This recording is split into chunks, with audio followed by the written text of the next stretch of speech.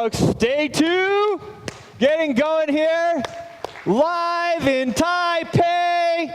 What a great city. You know, I've been to a lot of places, including in Asia, and Taipei, you guys have your great country. It is a great city. It's its own place. You have your own people. It is its own feeling, and it has its own energy. And it's something to be really proud of. I'm impressed with the city, and it's an honor to come here and to see all of you guys and meet you. Of course, hats off to TressCon. TressCon has done a great job putting the event together. I've done a few events with these guys. They're real professionals. They do a great job. They have a great way of working with people, bringing in the big names, and they really are amazing people. So I know it's day 2. Maybe people went out last night. I'll just ask everybody, please stand up. Everybody stand up. Come on, you can do it. Stand up. There you go. That's right. I know we've been sitting a while. Go ahead, stretch out, guys. Stretch. Yes. There we go. All right. Yeah. Day 2, we going. Okay, now I want you to look at your neighbor. Go ahead, shake hands. Now let's do a high five. High five, guys. High five. All right, awesome. Awesome. Okay, guys, have a seat. So we have a special program for you here today. We do have some recorded messages from some very big names. We're going to start off with my man, Tim Draper. Tim Draper is one of the most outspoken and well-known billionaires in the blockchain space. He was supposed to come, of course, with the schedule like he has. He recorded a special message for that. Are we ready? Okay, go ahead.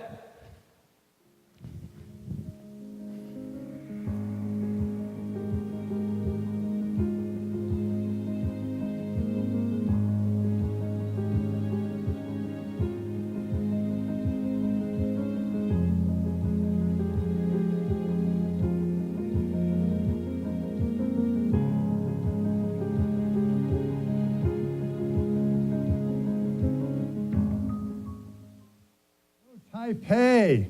Hi, I'm Tim Draper. I'm sorry I'm not there with you. This is such an exciting thing with new Taipei City coming. I love what Taiwan is doing, how they're going to attract entrepreneurs, attract Bitcoin, attract blockchain, attract smart contracts. Some amazing things are happening in Taiwan. We've got great relationships with the Taiwanese government. We're attracting 10, 15 students to Draper University from Taiwan every year. We're hoping to build a Draper University in Taiwan. We think that Taiwan might be one of the next hotspots of the world because the government has recognized that the future is in Bitcoin, in artificial intelligence, and all the technologies around them. I want to talk to you about what's happening in the world, what I'm seeing. What I do is I meet with people who are all talking about what's going to happen 5 to 10 years from now. Well, 5 to 10 years from now, the world is going to be a very different place. And it is going to be terrific. It's going to be a delightful world. And I'll tell you my thinking. With Bitcoin, there's a new technology there that changes finance and banking and commerce. Some of the biggest industries in the world, bigger than any industry that was changed by the internet. And that's because Bitcoin is this currency that can be used anywhere in the world. It's open, it's transparent, it's global, and it's honest. It's secure and honest. And suddenly we have a currency that can be used in whole new ways. It can be used with airdrops. It can be used in micropayments. It can be used in ways that nobody ever imagined using currencies. And it's more secure. Think about somebody stuck in Sudan and then they're trying to escape. They escape Sudan, and let's say they had a lot of money in Sudan. Well, now they're refugees in Greece, and they can't pull any of that money from Sudan. Nobody recognizes it. They have to start over with nothing. If they had Bitcoin, they could pull down that Bitcoin and start their life again. This is a whole new way of thinking. It makes the world realize how open and transparent the world is getting. and how geographic borders are going to start meaning less and less as we become more decentralized and global. Bitcoin comes with technologies like the blockchain. The blockchain is this perfect record. And when added to, it's a perfect ledger. And when added to that, these smart contracts, you can start transforming finance in a whole new way. I'm a venture capitalist.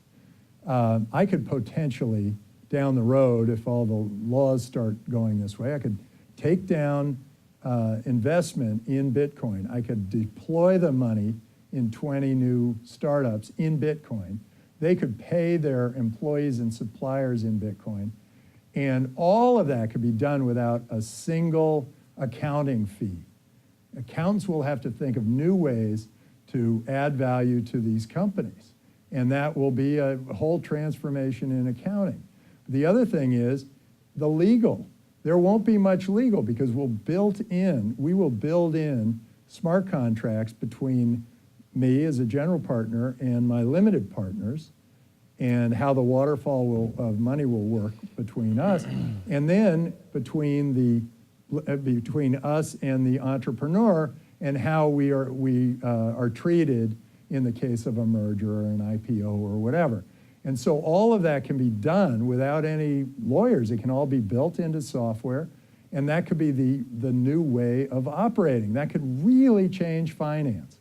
And if you extrapolate that out with network effects, you could start seeing an economy that was completely transformed, where all of the economy is built on these smart contracts with the blockchain and using Bitcoin. You could actually see a world that runs with much less friction and far fewer fees. We're going to see that world. It's going to really change the way things work. So that's the financial side. But the idea of starting to think about things as decentralized is going to change the nature of people. These geographic borders are going to fall. We're going to be able to operate not in this tribal way, but in a global way. And that's not just with the money. That's not just with Bitcoin. That's with everything. And that starts people thinking, oh, well, that's very interesting. We no longer, our governments now are going to have to compete for us. Just as Taiwan has been very good about saying, hey, we want to attract entrepreneurs, we want to attract businesses here. Other countries in the world are doing the same thing. And some countries are trying to cut it all off because they want to live in the past. So China, for instance, mainland China. The Chinese said Bitcoin is illegal here. What does that do? It sends all of the potential entrepreneurs who are going to work in Bitcoin or any of the associated technologies out of the country. It pushes them away. And then Japan says Bitcoin's a national currency. And all those entrepreneurs say, there's my safe haven. That's where I'm going. I'm going to Japan to start my business. Taiwan can do the same thing. Taiwan can say Bitcoin's a national currency. We are going to attract all these entrepreneurs. They're going to do great things here. It's interesting, there was a company called Binance. It became worth $10 billion in China. And then the Chinese government said, what you've been doing is illegal. Binance says, oh my God, I built this huge thing. I've got all these customers, all these employees that rely on me. What am I going to do? Well, they moved to Singapore. And when Singapore got kind of heavy-handed with regulation, they moved to Malta. So companies and people are very mobile. They can move from place to place. If you've created a country that's very attractive for those entrepreneurs, you have a major lead. You have a major opportunity to become one of the wealthiest countries in the world in the next 40 years. And so if you do it right, Taiwan, you could become one of the wealthiest countries in the world in the next 40 years. And I think this is your time. Artificial intelligence is also very interesting. With artificial intelligence, it's going to transform people's lives. It's going to change people's way of operating. I've already explained how the legal profession and the accounting profession are going to change, and how those people are going to have to figure out other ways to add value to the companies that they serve. Well, that's going to be true of every job. All these jobs are going to be changing. Venture capital is going to be changing. The Uber driver's job is clearly going to be changing when there's a car that drives itself.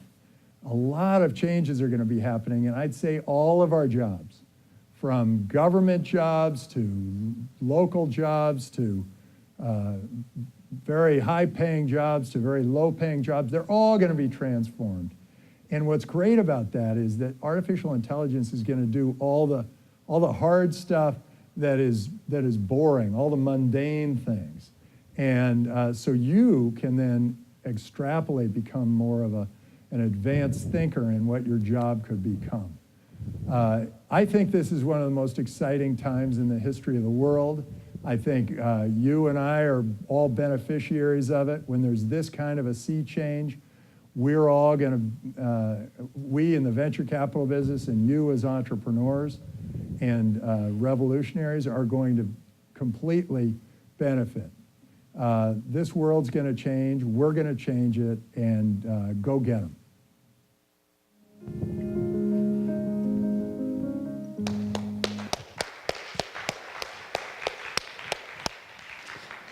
So there's a few specific things that he mentioned there. Of course, one is artificial intelligence. This is going to really power the next few years. He also mentioned the opportunity that you have as a country, as Taiwan, as Taipei being your city, to lead the way and to make a lot of value, to make a lot of money, to lead us into the future over the next 4 years. We're not talking about a lot of time here. 4 years, completely change your life, completely change political influence. It's a huge opportunity, and that's where we're at right now. And you guys can all take advantage of it, and you need to. We asked him a few questions. We put out a questionnaire or a call for questions on Twitter. I believe there are a few answers. We're going to play those now. Go ahead.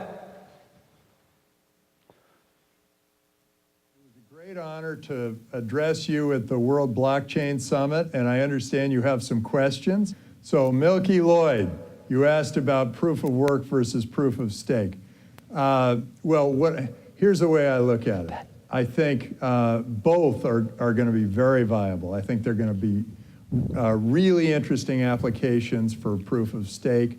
I think proof of work has already proved itself. I think with Bitcoin and all those others who are using proof of work, I think those are going to be incredibly successful in the future. But proof of stake is a lighter touch. It requires less attention, and yes, I think Tezos has done a beautiful job with that, and others I'm sure are going to follow. And I think that's great. I think we've got a big open field there, and I'm a big believer in using both technologies. It's interesting with proof of work, people are always trying to say, oh, it uses too much energy, but it was really interesting to see how efficient and effective people were at finding cheap ways of generating energy and doing their Bitcoin mining, and how the energy curve was moving like Moore's law, where more and more energy could be consumed for less and less money.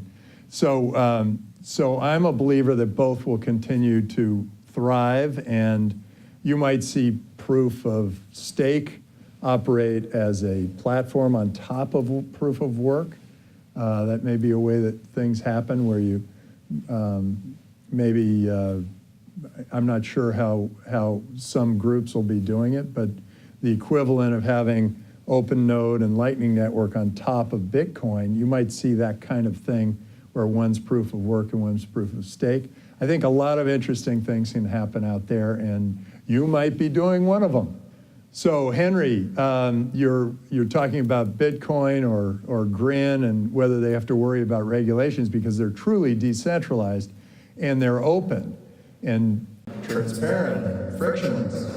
And I think I agree with the premise of your question.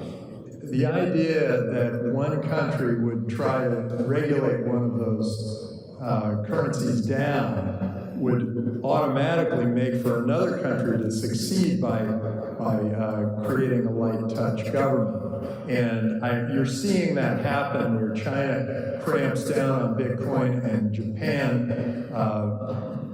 makes it a national currency, and where Singapore got heavy-handed with Binance, and so then they went to Malta. Those kinds of dynamics, I think, are going to happen, and governments are going to be in a much more competitive situation where they're going to have to compete for you, and they're going to generally want decentralized currencies working in their country because that's going to be where a lot of the wealth is created, and a lot of people are going to operate with decentralized currency. And so I think governments over-regulate at their own peril. This is going to be a really interesting time where those governments that open up are going to thrive and go extraordinarily well for the next 4 years.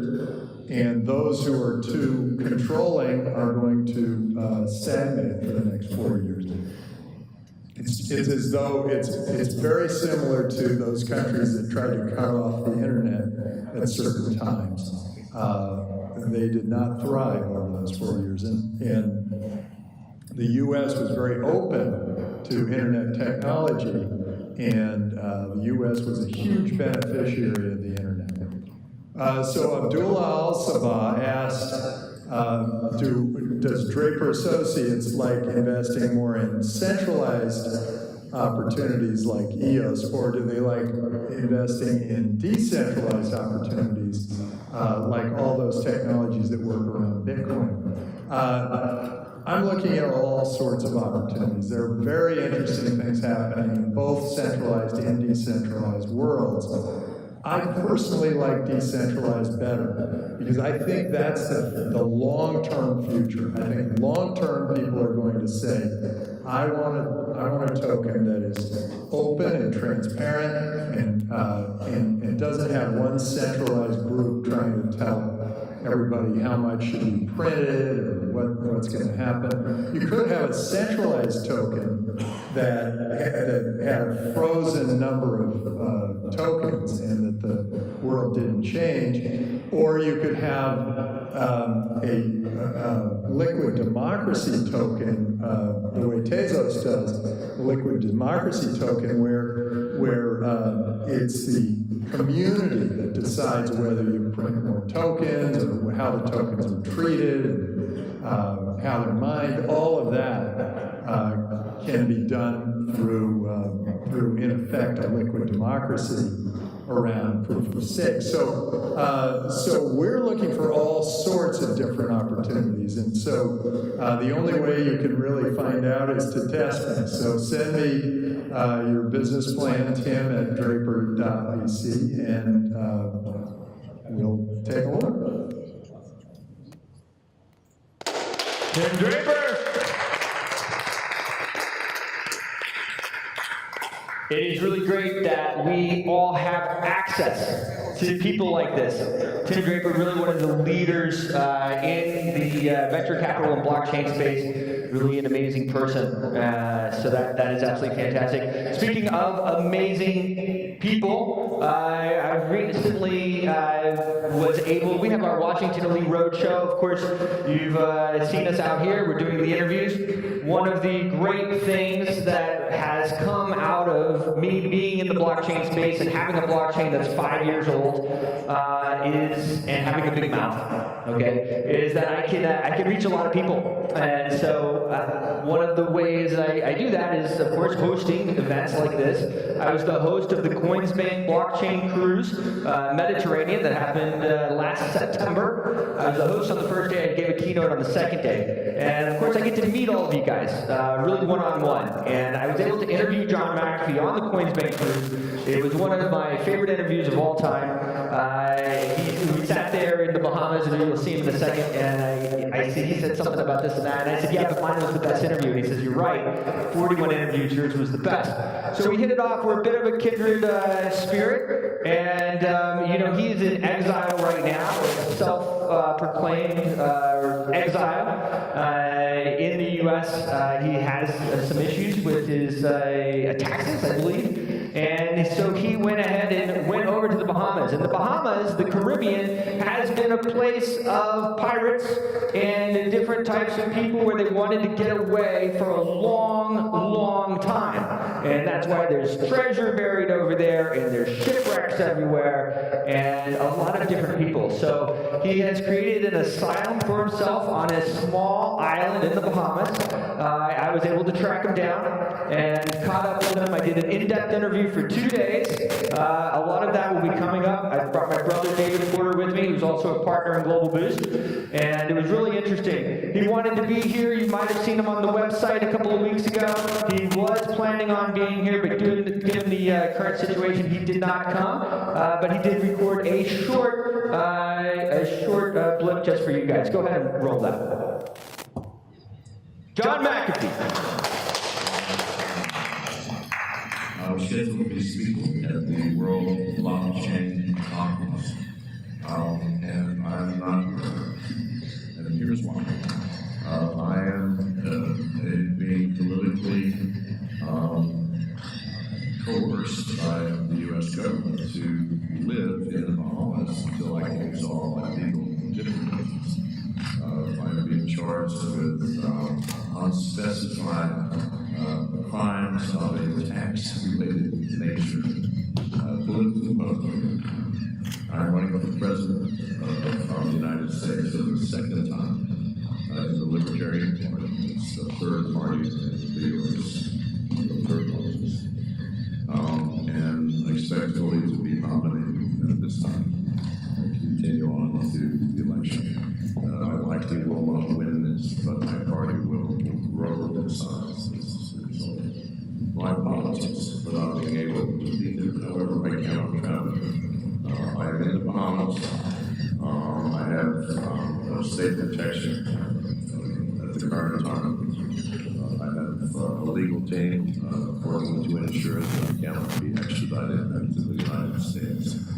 And I am running my campaign from the Bahamas. Going extremely well. If I could travel, I would certainly come. But if I travel outside of this island, then I risk arrest, my people, because of the power and reach of the U.S. government. I would like to say that what's happening within the blockchain world, the cryptocurrency world, is a ray of hope for all people, especially people like myself.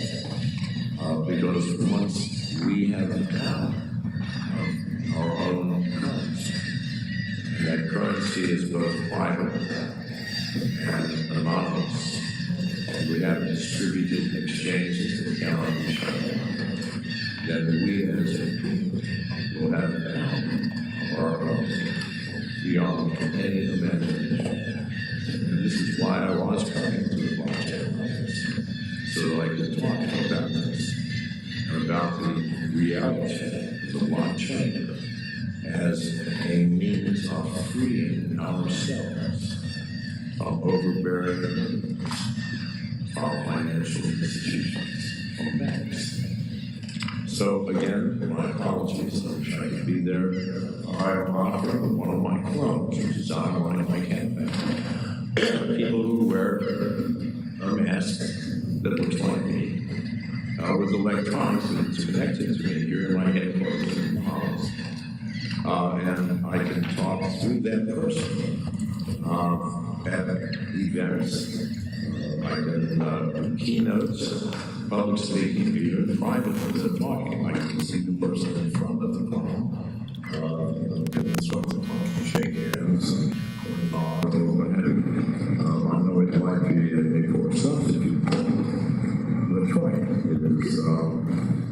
it's fascinating to watch. We have had clubs in Times Square in New York and other places as proof of concept. As my way of being present without being present. And we have thousands of volunteers around the world who have volunteered to be a club, to speak locally at churches, events, political events, to give addresses and other things. So again, my apologies, I wish I was there, but I am sure that it will be a huge success. So thank you. John McAfee! A special message just for you. So these are the clone masks he's talking about. And he asked me if I would wear it for him. And of course he's John McAfee, so I figured, okay. So this is his idea. He puts on the mask and then he's going to speak like this. I know, right? Here we are. But I told him I'd put it on for him, so I'm going to, just for a second, and then I'll take it off. But, he mentioned a couple of things there that were really important. And, a lot of it is about freedom, and what the power the blockchain gives us from taking the money. It's our money, right? They can't take it from us. So he's there, he's on his boat, you see him, he's still campaigning for president, he's doing this, he's doing that, and he's got his bitcoins with him. And if you want it, you gotta come through him, he's got a bunch of guns, and security, and everything else, so it's gonna be a fight. The government just can't freeze his money. The bank can't freeze. They can't take it currently. The Bitcoin, the blockchain right now currently is impossible to counterfeit. If you have a coin, if you have the Bitcoins and you store them correctly, nobody can take them. And that is huge power. It's huge power right now. Right now, for the longest time, governments have controlled the money. They print what they want, they take what they want, and this is our chance. So there's a lot more that will come, and you'll see, and you can follow along on my Twitter feed. We'll be putting out a lot of videos. A lot of this stuff, honestly, will never see the light of day. He is an eccentric genius. An amazing man. You sit there and you talk to him and you look at the guy, and he's really operating on another level. Very, very smart man. But it is an amazing thing. He's also, I think, politically motivated. Nobody wants any votes to come away from any of the other. We have a two-party system in the U.S. Two parties, that's it. So he's running in the Libertarian Party, and it's a big deal. No one wants any votes to go away. So I wanted to bring that to you. I thought it was a moment for John McAfee and for me. I knew I could do it. I live by this code all the time, and I'm going to talk about it a little more. If you can, then you must. And my dad always used to tell me that, son, if you can, then you have to do it. And that's why I went to the Bahamas. It cost however many thousands of dollars for me to get out there. But I went out there, and that's going to be a historic interview. This stuff is, who knows how many times that's going to come out. I believe this case has now been transferred to the NSA, the National Security Association. I don't know if I would have gone if that had happened before, but who knows? We'll see. So if you just scroll down just a little bit, I'm going to go over and I'll keep it brief, guys. One of the things that I believe and that I push is that life is bigger than just yourself. It's bigger than your Bitcoin wallet. And that you need to help people. And the way that we move forward, just like I went to John and helped him get his message out, the way we move forward is we help each other. And we help other people. And so some of the things that I do, if you can scroll down a little bit more, of course, we're on the Washington Elite Roadshow. I produce 4 events a year in the Capitol, the U.S. Capitol, WashingtonElite.com. I was talking with Mr. Salim. I believe we will be partnering for the 4th edition, the anniversary edition of the show in November. It will be Trescon's first event in Washington. I want you guys all to come. I want you to scroll down to the hockey pictures. One of the things that we do is, maybe you've gone too far. Go back down. One of the things that we do with Global Boost is we sponsor a disabled sports league. I guess just sit right on that one. It's fine. We don't have to play. These right here, these are some of the blinded veterans. So we teach blind veterans and other visually impaired people how to ice skate and how to play hockey. We use a big loud puck, dig it like this. Yeah, you can see. This is us in Las Vegas. We had a great time. We had crypto mascots vs. The blind vets, the blind veterans, the Washington League blind hockey team, and it was really fun. But those types of things are what is going to move the space forward, and it's really important that we're helping people. And by the amount of people that you help, your success is going to be directly reflected by that. And so I took them there. We're going to take them to a couple other places, but it really is an amazing thing. And I have been able to do that and been able to raise the funds through the blockchain. And you can be a pioneer in this space, and just almost on sheer will. Almost on sheer will, you can be one of the pioneers in this space. The moment is now, and the future is decentralized. One of the things that came up, of course, as we do all this stuff, and as the regulations and everything move around in these different countries, there might be many of us who end up as modern-day pirates in the Caribbean. But speaking of that, if you scroll right up there, I talked to President Vitt yesterday. We did an interview. I met President Vitt, I don't even know where it was, but he came to our Washington Elite Summit, the first one, and sent somebody to the second one. But look what he's doing, guys. He started his own country, and he's using the blockchain. Just like I said, we are able to change the future in a huge way.